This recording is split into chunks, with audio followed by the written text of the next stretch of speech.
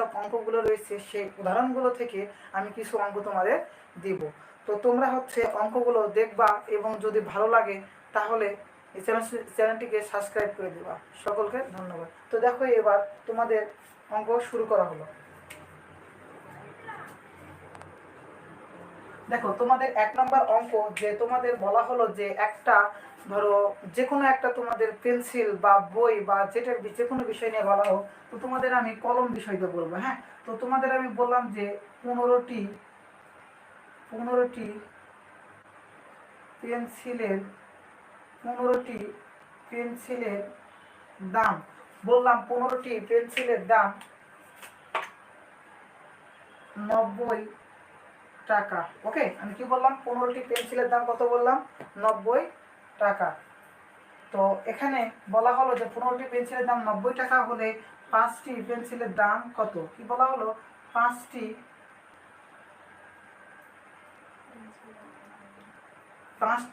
পেন্সিলের দাম কত?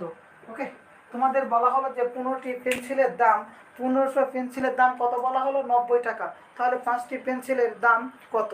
তো 15টি পেন্সিলের দাম 90 টাকা যদি বলা হয়, তো তোমাদের বলা হয়েছিল যে এই অধ্যায়ে আমরা কোন অংশটি আগে করব, অর্থাৎ আমরা কোন অংশটি নিয়ে আগে কাজ করব। বলেছিলাম যে সব থেকে আগে আমরা একটি জিনিসের দাম বের করব। কি করব? একটি জিনিসের দাম বের করব। তো অঙ্কটি দেখো তো আমাদের দেওয়া আছে কি?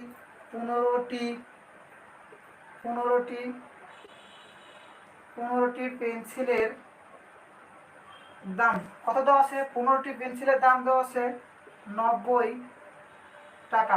ওকে, 15টি পেন্সিলের দাম কত দেওয়া আছে? 90 টাকা। এরপরে এখান থেকে আমরা বললাম যে একটি জিনিসের দাম বের করব।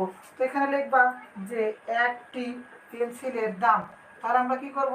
90 ভাগ 15 টাকা। ওকে, 90 ভাগ 15 টাকা। তো আমরা এইসব অঙ্কে কখনো সমান ইউজ করব না। আমরা সমান ইউজ কখন করব সেই নিয়মটা তোমাদের বলে দিয়েছি। অর্থাৎ তোমাদের এই সম্পর্কে যে একটা ভিডিও আছে সমান ব্যবহার করা, কোথায় যাবে কোথায় যাবে না, সকল কিছু তোমাদের জয় টিউটর 86 চ্যানেলে দেওয়া আছে। তো দেখো যে 90 দিয়ে আমরা 15কে যদি ভাগ করি কত পাবো? 6 পাবো। ওকে, তাহলে আমরা একটি জিনিসের দাম কত পাইলাম? 6 পাইলাম। একটা জিনিসের দাম কত পাইলাম? 6 পাইলাম। তাহলে একটি জিনিসের অথবা একটি পেন্সিলের দাম কত? 6 টাকা। এখন আমরা কি করব? যে আবার বা এখন যে কোনো একটা লিখতে পারো যে একটি একটি একটি পেন্সিলের দাম কত বললাম? একটি পেন্সিলের দাম 6 টাকা।